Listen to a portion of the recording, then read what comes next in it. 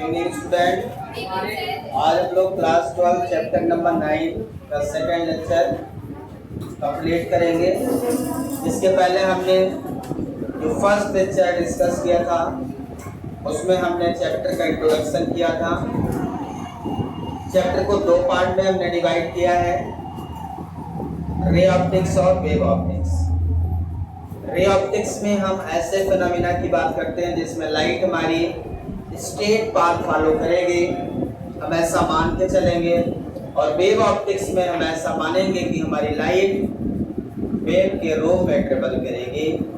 और ऐसा इसलिए हो पाता है क्योंकि जो वेवलेंथ ऑफ लाइट होती है उसके कंपेयर में यदि ऑब्जेक्ट की साइज ज़्यादा होती है तो उसमें हम रे ऑप्टिक्स की स्टडी करते हैं। जो लोग वीडियो नहीं देखे लोग वीडियो को देखकर समझ सकते हैं। हमारा फर्स्ट लेक्चर इंट्रोडक्शन और उसके बाद सेकंड वेव ऑप्टिक्स में जो साइज ऑफ ऑब्जेक्ट होता है उसकी वेवलेंथ कंपैरेटिवली उसके पास होती है। तो ऑब्जेक्ट की साइज और वेवलेंथ, एक विजिबल लाइट की वेवलेंथ कितना होती है नहीं याद है, मुझे पता है, परसों का पढ़ाया हुआ कल भूल जाए, उसे बोला नहीं कहते, उसको विसरा कहते हैं। और आपको बोलने बहुत समय नहीं लगता। मैंने आपको बताया था 4000 angstrom to 7000 angstrom is the wavelength of visible light. इसे याद रखें, यही क्वेश्चन आना है बोर्ड में, तो उसको याद रखेंगे। इसके बाद हम डिस्कस करते हैं, आज इंपॉर्टेंट टॉपिक डिस्कस करेंगे, रिफ्लेक्शन ऑफ लाइट। हेडिंग लगाएंगे सभी लोग,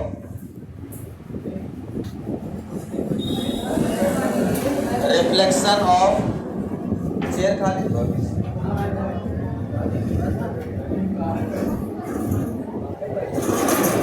रिफ्लेक्शन ऑफ लाइट। ठीक है, आज हम डिस्कस करेंगे रिफ्लेक्शन ऑफ लाइट, जो आप 10th में पढ़ चुके हैं ऐसा मैं मानता हूँ। और आपको शांति का परिचय देना है, क्लास में चीज़ों को समझना है। लाइट चैप्टर अच्छे से पढ़िए, अदरवाइज हो जाता है ये, ठीक है ना।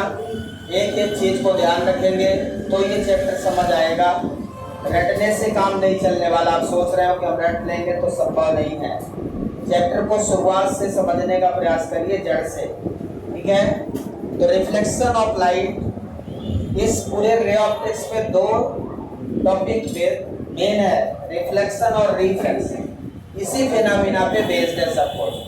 तो पहले हम रिफ्लेक्शन को समझ लेते हैं, फिर रिफ्रैक्शन को समझेंगे और फिर हमारा सिलेबस कंप्लीट हो जाएगा। लेकिन यही दो चीज़ समझते समझते पूरा टॉपिक, पूरा महीना कंप्लीट हो जाएगा। तो रिफ्लेक्शन, प्लेन मिरर में चेहरा सब लोग देखते होंगे। मिरर में चेहरा सब लोग देखते हैं। मिरर छोटा भी होता है, बड़ा भी होता है साइज में, है ना। देखा है मिरर आपने? पता नहीं मेरे पास है कि नहीं, मैं सोच रहा हूँ कि मिरर शीशा, क्या कभी नहीं देखा? मिरर तो आप सब देखते हैं, ये मार्केट में इस तरह मिलता है, जिसमें आप अपना चेहरा देखते हो। ये वही मिरर है, मैं लेके आया हूँ अपना चेहरा देखने के लिए, ठीक है। प्लेन मिरर, इसमें एक तरफ पॉलिश है, इधर सिल्वर की पॉलिश की जाती है, इसके सिल्वर की कोटिंग की जाती है। इस मिरर को देख के रखेंगे, आगे काम आएगा। तो क्या होता है, इसमें जो लाइट आती है, जो भी लाइट रेज आप डालोगे सीधा रिफ्लेक्ट हो जाएगी। तो phenomena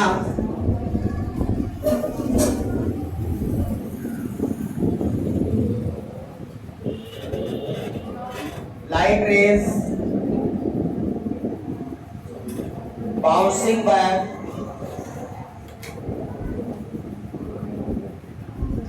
the phenomena light rays bouncing back after striking a polish surface. ठीक है, the phenomena light rays bouncing back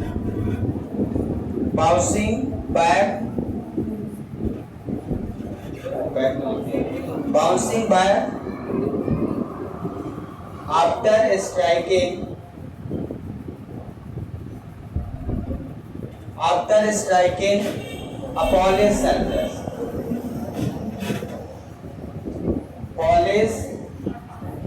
surface, ठीक है ना, या smooth surface,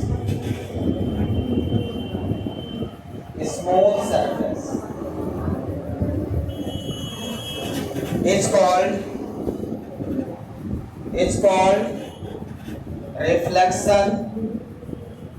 called reflection of light. So what is reflection of light? The phenomena light rays bouncing back after striking a polished surface or smooth surface is called reflection of light.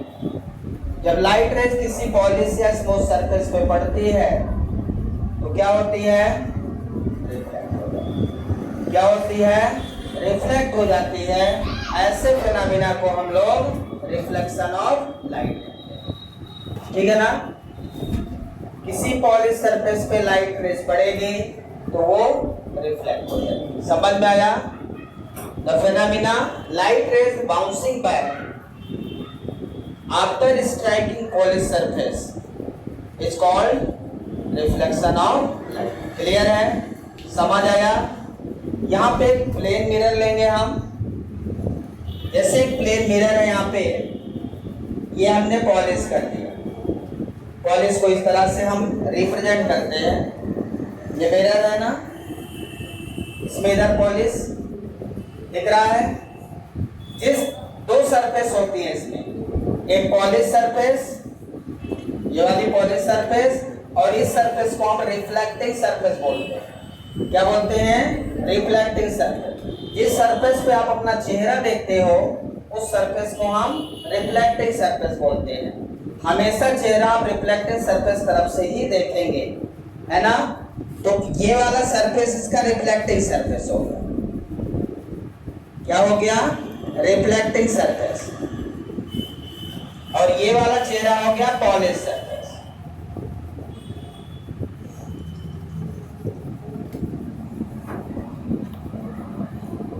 Silver की polish की जाती है। किसकी? Viva में पूछता है कि जो मिरर होता है उसमें किसकी पॉलिश करते हैं? सिल्वर की पॉलिश करते हैं। सिल्वर, हाँ वही वाला सिल्वर, चांदी वाला सिल्वर।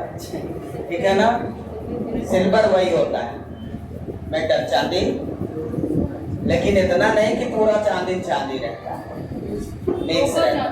ठीक है ना, उससे पकड़ बनती है। ग्लास में वैसे पेंट कर देंगे तो छूट जाएगा, वो गिर जाएगा। नॉर्मल पेंट करेंगे, पेंट करके देखिए तो गिर जाएगा, वो चिपकेगा ही नहीं। तो उसमें इसकी पॉलिश करते हैं मिक्स करके, तो छूटता नहीं है, बढ़िया से चिपक जाता है हर चीज में। जैसे दीवार में पेंट करना है तो इस पर नॉर्मल पेंट आ जाएगा, वो नहीं आएगा, वो बहुत महंगा आता है, वो सिल्वर मिला रहता है। ठीक है, तो ये दो सरफेस हो गई। किसी भी मिरर में हमेशा दो सरफेस। मिरर किसका बनता है? ग्लास का, कांच का। प्लेन ग्लास रहता है, उसमें एक तरफ पॉलिश कर देते हैं तो फिर लाइट रेज इस पार से उस पार नहीं जाती, पूरी लाइट रेज। यहाँ पे दो मीडियम है। Light, the phenomena light rays bouncing back after striking a polished surface or smooth surface in the same medium नहीं लिखा मैंने। The phenomena light rays bouncing back in the same medium, यहाँ पे हम जोड़ लें, in the, वही मैं सोच रहा कुछ मिस हो रहा था, लिखाते समय ठीक रहता है। In the same medium, in the same medium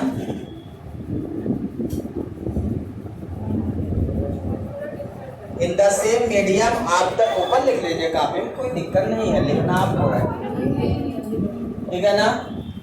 the phenomena light ray bouncing back in the same medium after striking a polish surface और smooth surface is called reflection of light. अब सही हुआ है सेंटेंस। तो यहाँ पे medium जो होंगे, लाइट रेज एक मीडियम से दूसरे मीडियम में दी जाती है तो रिफ्रैक्शन कहलाता है, और यदि उसी मीडियम में लौट आती है तो रिफ्लेक्शन कहलाता है।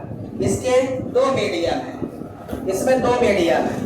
एक मीडियम इधर का हो गया रिफ्लेक्टिंग सरफेस, और जब इससे लाइट गुजरेगी, ये एक मीडियम है, मिरर खुद एक मीडियम है, ग्लास एक मीडियम होता है। तो लाइट जब इस पार से उस पार जाती है तो इस मीडियम को पास करना पड़ेगा, तो उसे दूसरा मीडियम बोलते हैं। मतलब एक मीडियम तो ये एयर हो गया, समझ रहे, एक मीडियम क्या हो गया, ये एयर, दूसरा मीडियम ये ग्लास या मिरर। अब मिरर से लाइट जाएगी नहीं, इस पार जाएगी क्या, टकरा के लौट आएगी। यहां से आई ऐसे टकराई, यहां से आई ऐसे लौट गई, मतलब ये एक मीडियम है सामने, अब इसमें टकराई। अब यदि इसको क्रॉस कर जाए तो हम कहेंगे कि लाइट दूसरे मीडियम में चली गई, इसको पास कर गई। अब पास नहीं करे तो उसी मीडियम में लौट आई, तो दो मीडियम यहाँ पे दिखेंगे। समझ आया क्या, एक मीडियम इधर, एक मीडियम ये ग्लास, ये मिरर खुद एक मीडियम है, ये मिरर दूसरा मीडियम है, एक एयर हो गया दूसरा मीडियम। लाइट जैसे आई ऐसे, तो ये एयर से आ रही है ना, कहां से आ रही, एयर से, फिर इससे टकराएगी, जिससे टकराएगी वो खुद एक मीडियम होगा। ये मीडियम नहीं होगा क्या, ये दीवार एक मीडियम, लाइट रेज आई दीवार में टकराई, ये मीडियम हो गया है। अब या तो लौट आएगी या तो उस पार जाएगी, समझ आया क्या। तो जितना लौटना होगा लौटेगी, कुछ लौटेगी कुछ एब्जॉर्ब हो जाएगी। जैसे यहाँ पे यदि यहाँ ऊपर देखें तो इसमें ज्यादा लाइट एब्जॉर्ब होगी, इसमें कम लाइट एब्जॉर्ब होगी, होगी कि नहीं, लाइट आएगी एब्जॉर्ब होगी फिर कुछ रिफ्लेक्ट होगी, लेकिन जब मिरर में आएगी तो जितनी आएगी पूरी लौटेगी, एक भी एब्जॉर्ब नहीं होगी, पूरी लौट आएगी। जहां एब्जॉर्ब होगी वहां इमेज बहुत कम दिखेगा। यदि इसमें थोड़ा थोड़ा यहाँ पे इसको मिटा दे, इसके पॉलिश को हटा दे, पॉलिश को हटाने से क्या होगा, जिस पॉइंट पे पॉलिश हट जाएगा वहां पे चेहरा नहीं दिखेगा। अब घर में कर सकते हैं प्रैक्टिस, मैं नहीं करूंगा, ठीक है ना। यदि इसके पीछे का पॉलिश कुछ जगह का हटा दें और फिर इसमें चेहरा देखने का प्रयास करें तो वहां पे चेहरा नहीं दिखेगा। क्यों नहीं दिखेगा, क्योंकि जो लाइट रेज यहां से जा रही है रिफ्लेक्ट होके आ नहीं रही है, और जब तक रिफ्लेक्ट होके आएगी नहीं तब तक इमेज नहीं दिखेगा। इमेज देखने के लिए इंसिडेंट होके लाइट को रिफ्लेक्ट होना पड़ेगा। यदि रिफ्लेक्ट होके आ रही है तो इमेज दिखेगा। जितना अच्छा रिफ्लेक्शन होगा इमेज उतना क्लियर दिखाई देगा। क्लियर है, रिफ्लेक्शन जितना अच्छा होगा इमेज उतना अच्छा दिखाई देगा, ये बात को ध्यान रखिएगा। क्लियर है। तो यहाँ पे यदि हम कहीं कट कर दें इसको, इसके पॉलिश को हटा दें तो वहां से लाइट जाएगी सीधा उस पार निकल जाएगी। तो उस पॉइंट का मान लो यहाँ पे हमारे इसमें हमको देखना है, यहाँ वाला पार्ट इसका पॉलिश हट गया, ये वाला पार्ट नहीं दिखेगा। समझ रहे बात को, तो ध्यान रखिए। अब यहाँ पे ये प्लेन मिरर मैंने बनाया है। कौन सा mirror? Plane mirror. Plane mirror कौन सा? जिसमें आप चेहरा देखते हैं। सबसे पहले इसमें एक नॉर्मल ड्रा करें। क्या इसका क्या नाम है? नॉर्मल। क्या नाम है इसका? नॉर्मल। क्लियर है। सबसे पहले क्या ड्रॉ करेंगे? नॉर्मल। नॉर्मल एक इमेजिनरी लाइन है, कोई रियल लाइन नहीं है। कैसी लाइन है? Imaginary line. हम अपने प्लेन को दो पार्ट में डिवाइड करते हैं, ठीक है। अब जो भी लाइट आएगी वो रिफ्लेक्टिव सरफेस तरफ से आएगी। लाइट आई,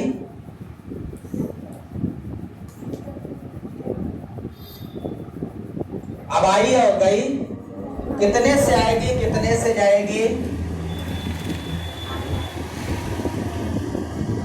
ये रे हो गई, यदि इसमें एरो का साइन नहीं बनाते तो रे नहीं कहलाएगा, वो लाइन कहलाएगा। हमने इस तरह बनाया, क्या ये लाइन है कि रे है? ये ध्यान रखिएगा, रे और लाइन में डिफरेंस है। रे आप तब बोलेंगे जब उसमें एरो का साइन, क्योंकि रे लाइट की रे ट्रेवल करती है, जब ट्रेवल करती है तो किसी न किसी डायरेक्शन में जाएगी, और डायरेक्शन दिखाने के लिए मुझे एरो का साइन लगाना पड़ेगा। क्लियर है सबको? यदि एरो का साइन नहीं लगाते तो क्या वो रे पढ़ी जाएगी? क्या वहां नंबर आपको मिलेगा? कोई नंबर नहीं मिलेगा। आप भले पूरा बना के आए हो लेकिन वहां मार्क्स 0 है, ये ध्यान रखना है। तो ये इसको बोलते हैं इंसिडेंट रे। क्या बोलते हैं? Incident ray. और ये है एंगल ऑफ इंसिडेंट, ये है एंगल ऑफ रिफ्लेक्शन, और ये क्या है? Reflected ray. क्या बोलेंगे? Reflected ray. Where I equal to angle of incident, where I equal to angle of incident. Angle of incident, what is angle of incident?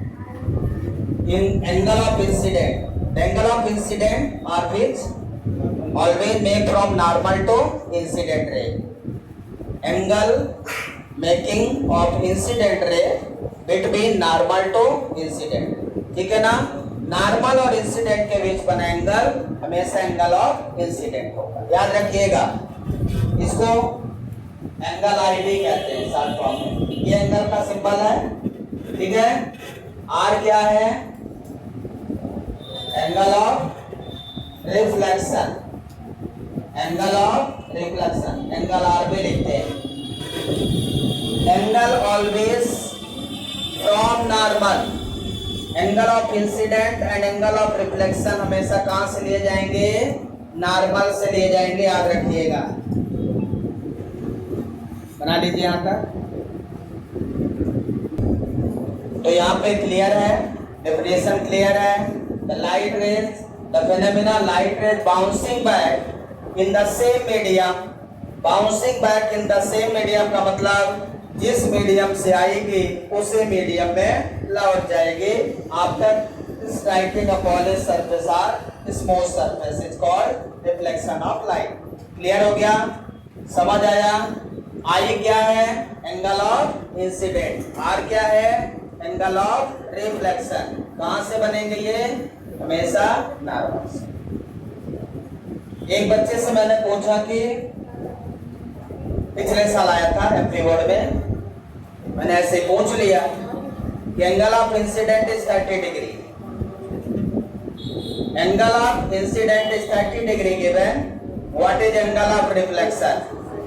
बोला 60 degree. कितना? आप बताइए। 30 डिग्री। पिछले साल ये बोर्ड में पूछा गया था, if incident angle is equal to 30 degree then angle of reflection is, option था 30 डिग्री, 60 डिग्री, 40 डिग्री, 20 डिग्री। जिसको जितना नॉलेज उतना ऑप्शन, जिसको जैसा नॉलेज, कोई 30 लगाया, कोई 60 लगाया, कोई 40 लगाया, किसी को लगा इनमें से कोई भी नहीं सही है। Angle of incident always equal to angle of reflection. क्या ये ऑलवेज है? क्या ऑलवेज होगा? कभी नहीं होगा। लॉ ऑफ रिफ्लेक्शन पढ़ा है, ठीक है ना? तो ये हमेशा angle of incident angle of reflection के बराबर रहेगा। ये दो रेगुलर रिफ्लेक्शन है। कैसा रिफ्लेक्शन है? रेगुलर रिफ्लेक्शन है। क्लियर है? तो हम लोग जो भी रिफ्लेक्शन की बात करते हैं उसमें रेगुलर रिफ्लेक्शन की बात करते हैं। तो लॉज ऑफ रिफ्लेक्शन लिख लें, इसमें किसी कोई डाउट है? ठीक है ना? अब इसमें रिफ्लेक्शन में इमेजेस बदलते रहते हैं। इमेजेस बदलने का मतलब ये है कि मैं कोई एक ऑब्जेक्ट रख दूं और दो एंगल, दो मिरर रखूं। एग्जाम्पल समझिए, यदि दो मिरर में हमें ऑब्जेक्ट को देखना है, एक ऑब्जेक्ट, तो क्या एंगल के हिसाब से इमेज चेंज होगा? कितने इमेज बनेंगे? जैसे हमारे पास ये मिरर है, दिख रहा है मिरर? कितने मिरर हैं? 2 मिरर। इस मिरर में हम सामने कोई एक ऑब्जेक्ट रखते हैं, कोई एक ऑब्जेक्ट रखते हैं। ये देख, नहीं दिख रहा? मुझे दिख रहा है। कितने?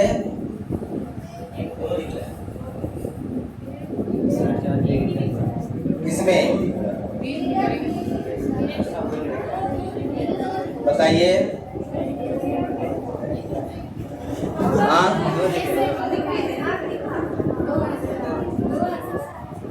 मेरे को तो इसमें 2 दिख रहे हैं। हाँ,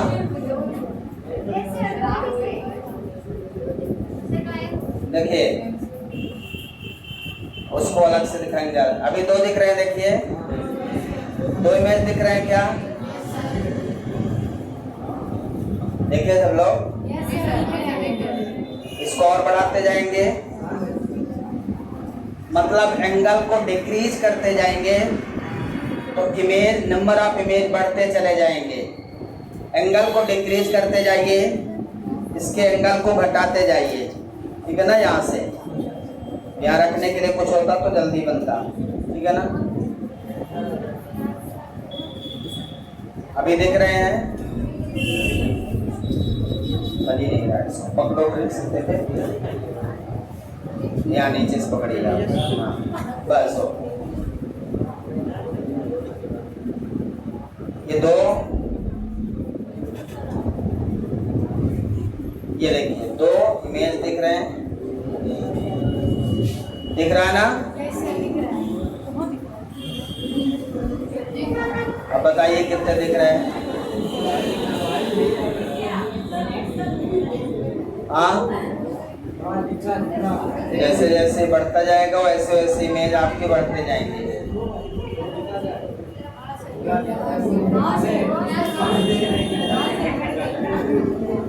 ये जब ये 0 डिग्री हो जाएगा तो इनफाइनाइट नंबर ऑफ इमेज होंगे। कितने इमेज होंगे? इनफाइनाइट। जब ये 0 डिग्री, ये ऐसे होके क्या हो जाएगा? 0 डिग्री। ये अभी इतने पे है, इसमें इमेज आप देख सकते हैं, बहुत सारी इमेज दिखेंगे, क्या ना? जैसे जैसे ये बढ़ेगा वैसे वैसे इमेज बढ़ेगा। ये सरफेस पे रखने से ज़्यादा क्लियर दिखता है। जब ये 0, जैसे जैसे ऐसे एंगल डिक्रीज होगा, 45 डिग्री पे 7 इमेज दिखेंगे, 45 डिग्री पे कितने इमेज दिखेंगे? 7, 30 डिग्री पे 5, क्या और ज़्यादा? और ज़्यादा 9 हो जाएंगे। ऐसे ही बढ़ते चले जाएंगे जैसे जैसे एंगल, अब 0 डिग्री पे जब ये पहुंचेगा इनफाइनाइट हो जाएंगे। 0 डिग्री पे इनफाइनाइट इमेज दिख जाएंगे ऑब्जेक्ट के। याद रखिएगा कितने डिग्री पे? इसका फार्मूला होता है, फार्मूला भी बनाया गया है, उससे आप मैथमेटिकल निकाल सकते हैं, ठीक है? ये घर में आप 2 मिरर लीजिए आराम से, बड़े बड़े वाले, और ट्राई करके देख लीजिए कौन सा इसमें पैसा लगना है। मान लो 2 नहीं हो तो मार्केट से ले लीजिए, अरे 10-15 रुपए का मिलता है मिरर कौन सा। इसके बाद लिखेंगे laws of reflection. Laws of reflection,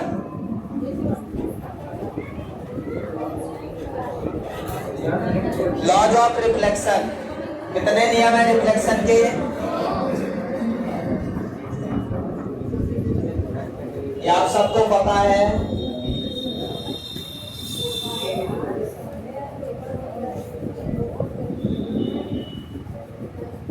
इसमें ये इंसिडेंट रे है, ये रिफ्लेक्टेड रे है, ये भी एक पॉइंट है। पॉइंट क्या बोलते हैं इसको? Point of incidence.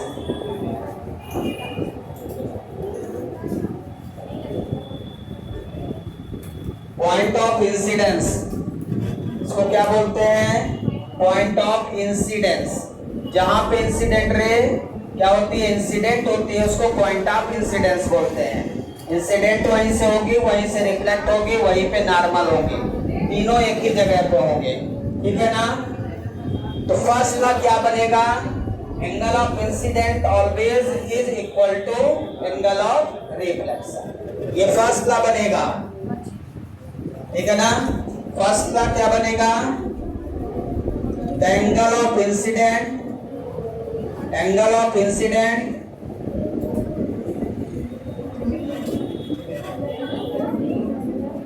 is always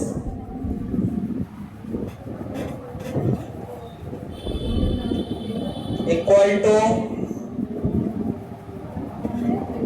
angle of reflection. The angle of incident is always equal to angle of reflection. That is angle I equal to angle R. That is angle I equal to angle R. The angle of incident is always equal to angle of reflection. Angle of I और angle of reflection हमेशा क्या होंगे, equal, हमेशा equal होंगे, याद रखिएगा, always for regular reflection. किसके लिए है, रेगुलर रिफ्लेक्शन के। दूसरा नियम क्या है, नियम का ऑर्डर याद रखिएगा। एक बार मैंने एक बच्चे से पूछा कि फर्स्ट लॉ ऑफ रिफ्लेक्शन बोलो, तो सेकंड वो बता दिया। बोला सर वो किसी बुक में लिखा है, मुझे वो बुक ले आके भी दिखाया, उसमें लिखा था फर्स्ट, इसका ये वाला सेकंड है, वो वाला फर्स्ट। हमने कहा आज इस बुक को ले जाओ, जला के फेंक दो, तो ले जाके जला के फेंक दिया। हाँ सही जला दिया, पैसा क्यों देंगे, जो गलत पढ़वाएगा तो क्या सीखेगा, यदि आप गलत बुक पढ़ेंगे तो सीखेंगे क्या, ये बताइए। हाँ तो रोल सही पढ़ना है ना, भले वो लिखा है लेकिन ऑर्डर चेंज किया है, और ऑर्डर चेंज किया है तो फिर वो गलत हो गया।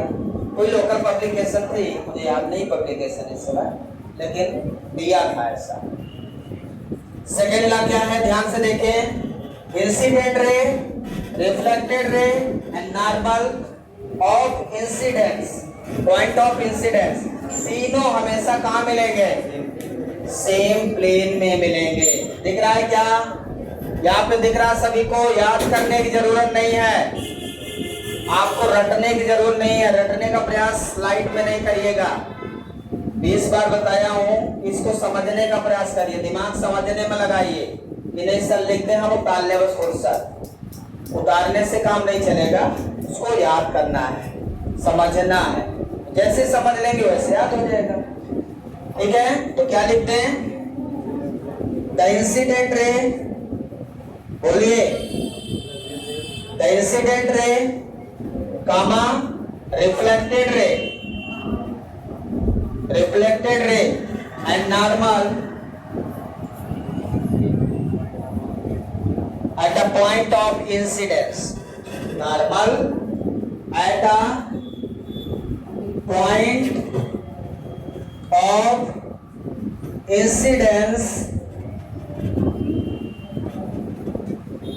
the incident ray, reflected ray and normal at a point of incidence are meeting at a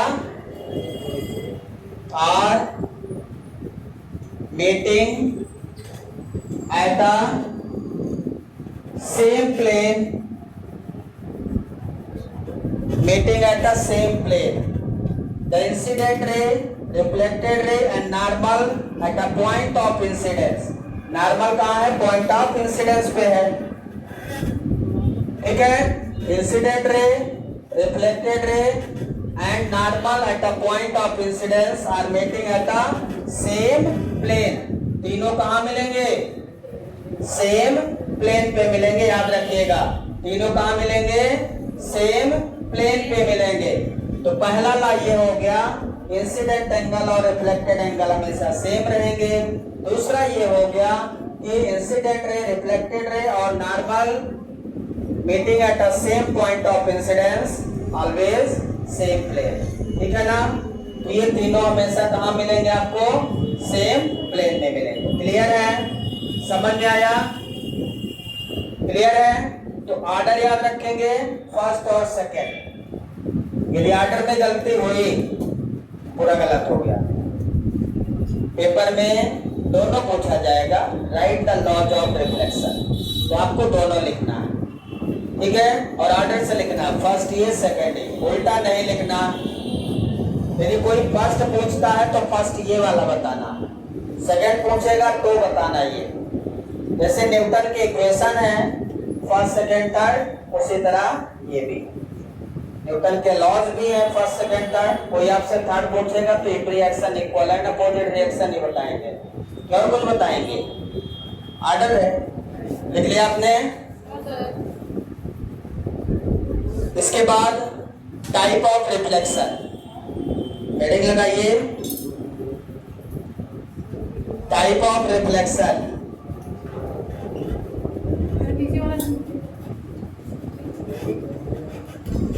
type of reflection,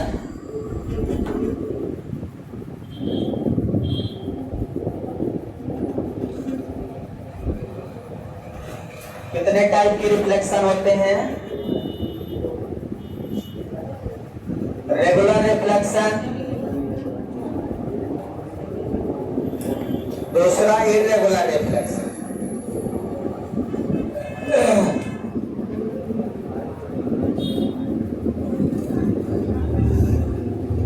regular reflection और दूसरा इर्रेगुलर रिफ्लेक्शन।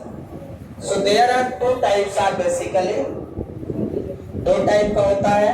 ठीक है ना? रेगुलर रिफ्लेक्शन और इर्रेगुलर रिफ्लेक्शन। तो रेगुलर रिफ्लेक्शन कौन सा होता है?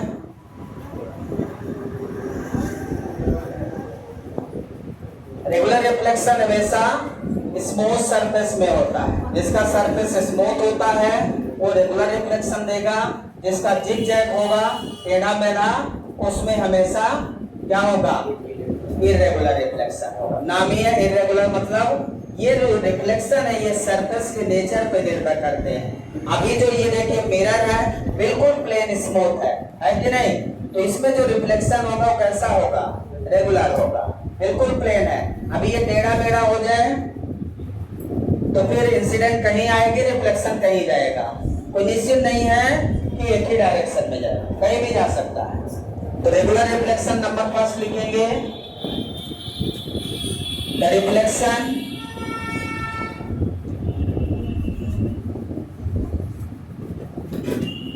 in which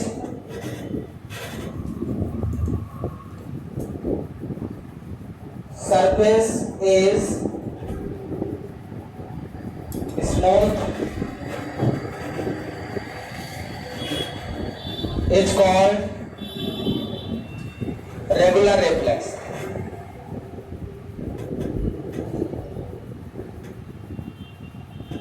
इसमें क्या होता है? सरफेस कैसा होता है? स्मूथ होता है। The reflection in which surface is smooth, reflection यदि स्मूथ सरफेस में होता है तो उसे हम रेगुलर रिफ्लेक्शन कहेंगे। दूसरी इंपॉर्टेंट पॉइंट ये है रेगुलर रिफ्लेक्शन में कि जो इंसिडेंट रे होंगी, सभी इंसिडेंट यदि पैरेलल है तो सभी रिफ्लेक्टेड रे भी पैरेलल रहेंगी। If all incident ray are parallel to each other, then all reflected ray are parallel। ये नेसेसरी कंडीशन है। दूसरी नेसेसरी कंडीशन है if all incident ray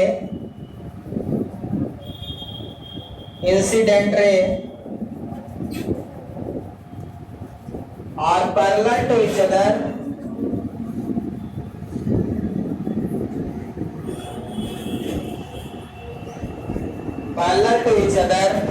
then all reflected rays also parallel to each other। सभी incident ray यदि parallel हैं तो सभी reflected ray भी पैरेलल रहेंगे। It follows the laws of reflection. Regular reflection हमेशा लॉज ऑफ रिफ्लेक्शन को फॉलो करेगा। It follows the laws of reflection.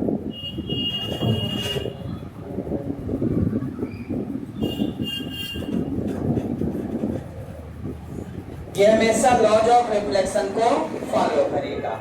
मतलब जो लॉज ऑफ रिफ्लेक्शन आपने लिखा है तो वो हमेशा किस में लगेगा? रेगुलर रिफ्लेक्शन में एग्जिस्ट करेगा। यदि हम डायग्राम के माध्यम से समझे इसको, ठीक है, ये प्लेन है बिल्कुल स्मूथ, ठीक है,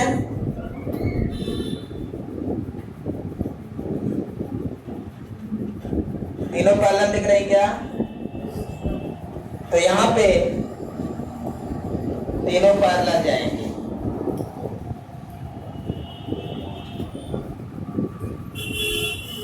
ये रिफ्लेक्टेड रे हो गई और इधर ये सभी इंसिडेंट रे हो गए।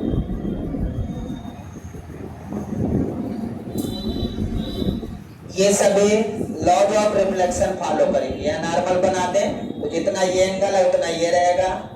Angle of incidence always equal to angle of reflection. So this is called regular reflection. Its surface is smooth surface. इसका सरफेस कैसा है? स्मूथ सरफेस है।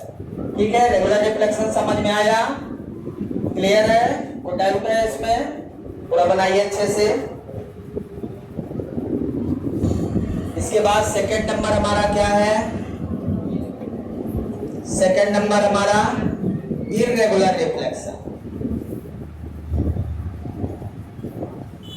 इररेगुलर रिफ्लेक्शन नाम से समझ में आता है। इररेगुलर मतलब एक समान नहीं। यदि एक समान है, एक जैसा है तो वो रेगुलर है। रेगुलर जैसे आप रेगुलर आते हो तो आप रेगुलर काम कर रहे हो, और किसी दिन आते हो किसी दिन नहीं आते, आप इर्रेगुलर हो। मतलब कोई लाइट एक तरफ से आएगी तो कहीं भी चली जाएगी, कोई पैरेलल नहीं रहेगी। स्मूथ सरफेस, पहला पॉइंट ये है इसमें, the reflection in this surface is zigzag.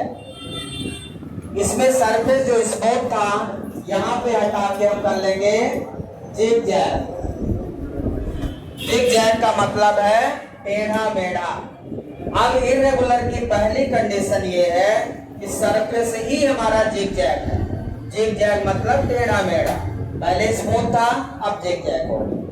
यदि ऐसी सिचुएशन है तो सभी इंसिडेंट रे यदि पैरेलल है लेकिन रिफ्लेक्टेड रे पैरेलल नहीं रहेंगे, तो ये सेकेंड वाला पॉइंट आपका एग्जिस्ट नहीं करेगा ना थर्ड वाला पॉइंट। ये कोई भी दो पॉइंट एग्जिस्ट नहीं करेंगे। If all incident ray are parallel, incident ray सभी पैरेलल तो हो सकती हैं लेकिन रिफ्लेक्टेड रे पैरेलल नहीं हो सकती। If all incident ray are parallel to each other, then all reflected ray do not parallel to each other. Do not parallel to each other. Third point, it does not follow the laws of reflection.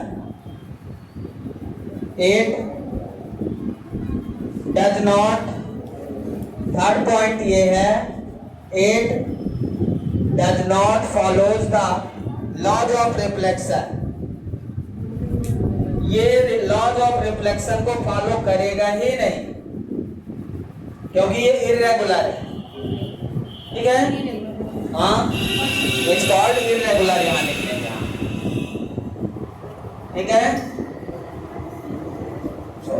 वहां लिखिए पूरे मिटा दें। Irregular reflection सुधार दीजिए, हो गया भाई। वीडियो मैंने सुधारेगा है ना, मतलब वीडियो वाले भी समझदार नहीं निकले तो फिर पूरा यहाँ इरेगुलर लिखेंगे, यहाँ रेगुलर रिफ्लेक्शन लिख देंगे, फिर बाद में कहेंगे सर अच्छा गलत पढ़ाए।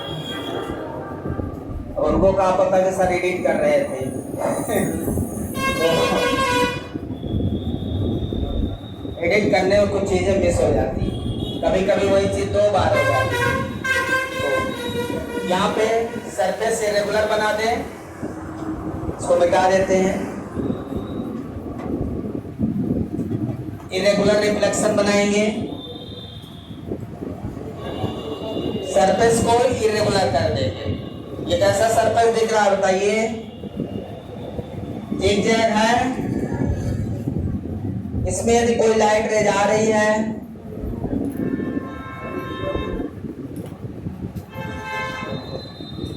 यहां से आई, यहां चली गई, इसमें यहां से आई, यहां जाएगी, इसमें कोई भी कहीं से भी आ जाए, कहीं भी चली जाएगी।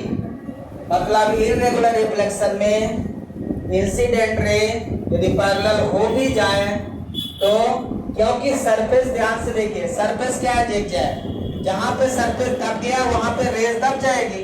जैसे यहाँ देखिए, आएगी यहाँ से, लेकिन यहाँ पे दब गया तो ये ऊपर की ओर थोड़ी जाएगी, ये ऐसे टेढ़ी हो जाएगी। इसको यहाँ जाना चाहिए था, लेकिन सरफेस जब झुक गया है तो ये इधर निकल जाएगी, बेंड हो गया ना सरफेस हमारा। तो सरफेस ही जहाँ टर्न हो जाएगा, जिगजैग हो जाएगा, वहां उस तरह से लाइट रेज पड़ेगी और उड़ जाएगी। तो इस कारण से यहाँ पे लॉ ऑफ रिफ्लेक्शन फॉलो नहीं होगा। यहाँ पे angle of I equal to angle of R नहीं रहेगा। कौन सा लॉ नहीं रहेगा? Angle I never be equal to angle R. Angle I never be equal to angle R. ये वाला reflection, first law of reflection तो फॉलो नहीं होगा। सेकंड तो रहेगा ही, लेकिन फर्स्ट फॉलो नहीं होगा, तो इसलिए हमने कहा कि लॉ ऑफ रिफ्लेक्शन फॉलो नहीं होगा। क्लियर है? समझ आया? पूरा क्लियर है? बाकी कल पढ़ेंगे। Thank you, have a nice day.